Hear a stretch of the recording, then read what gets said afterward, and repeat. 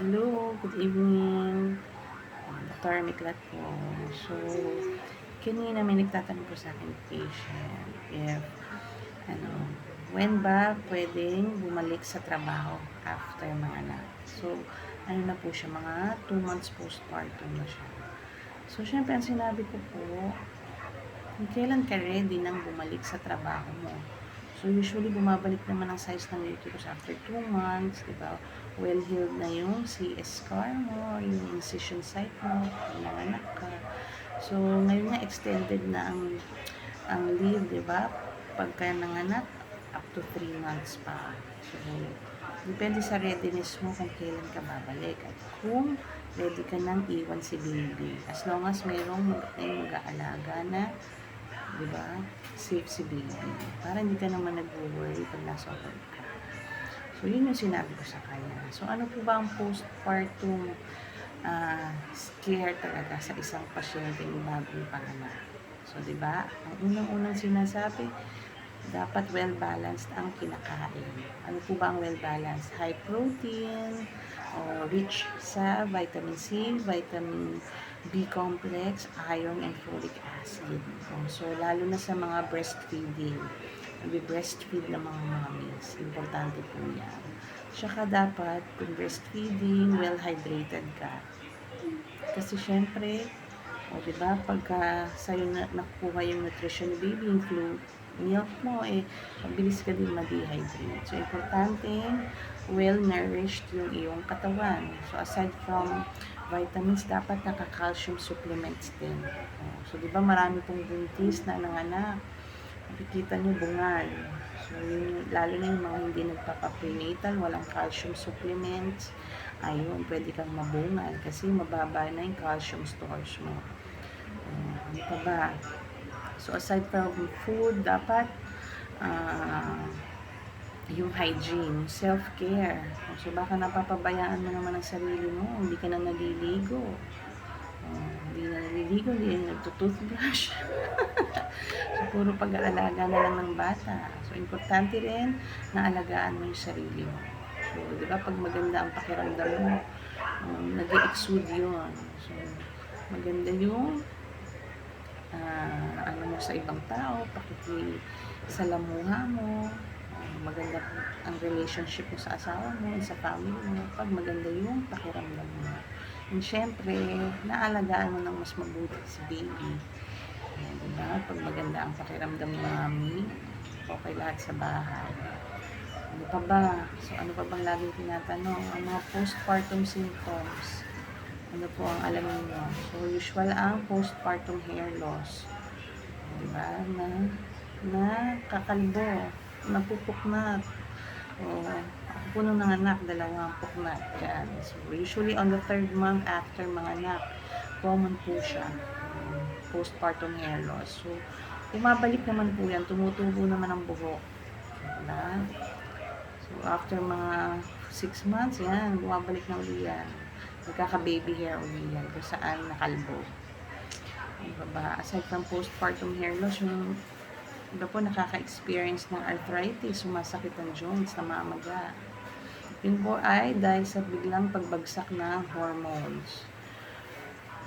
Kasabay po yan ng, syempre, ano po bang minsan nararamdaman ng after mga anak, postpartum depression. So, yun po yung mga babantayan po pala after mga anak, diba? Aside from yung physical symptoms, kailangan yung emotional support na bibigyan din ng importansya. Kasi pwedeng nakakaranas ang postpartum depression ng nanay after mga anak, lalo na kung walang support sa asawa at sa family members. Kaya po, kung sakaling may ano po kayo, nararamdaman na pagod, exhaustion, postpartum depression, huwag pong mahiyang humingi ng tulong or mag-ask ng help sa iyong asawa at sa iyong relatives. So, baka naman kasi sobrang pagod mo na sa pag-aalaga yun nga pala ang nararamdaman mo. Diba? So, ano pa po ba ang importante sa postpartum is yung natakal na po natin yung physical symptoms, yung nutrition, ano pa ba? So, usually yun po. Tsaka syempre, after po nating manganak, ano po ang kailangan nating babantayan? So, heavy bleeding.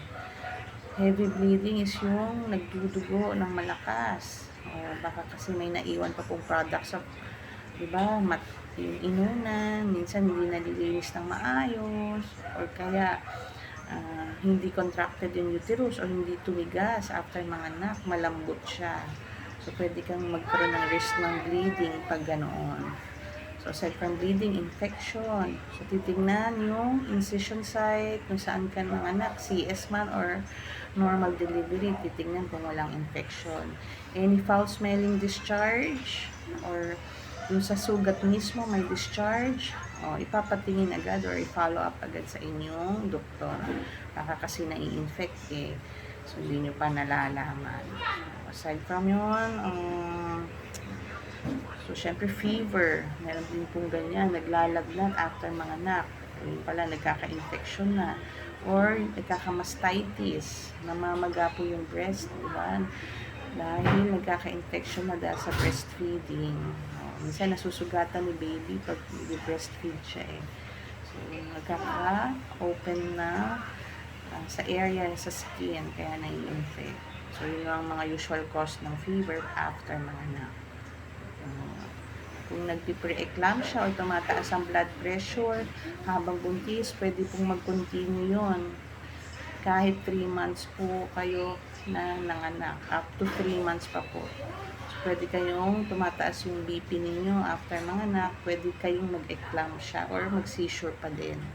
So, yun po yung mga delikado at kailangan bantayan after nating manganak. So, kung nakalagpas na kayo ng 2 to 3 months, syempre, pag gano'n, postpartum skincare na ang gagawin. Balik alindog na ang gagawin ni mommy.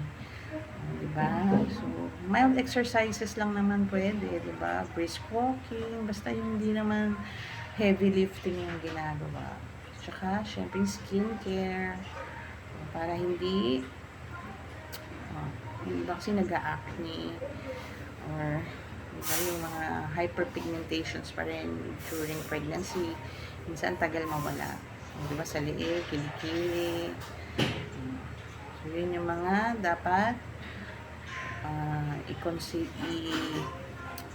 gawin after manganak. Importante po talaga ang self-care after nyo pong manganak. Kasi mahirap pong manganak, diba? So, mga mommies, if you have any comments po or gusto nyong i-topic po ulit natin, lagay nyo lang po sa comment section below. Okay? So, that's it for now. Until my next video po.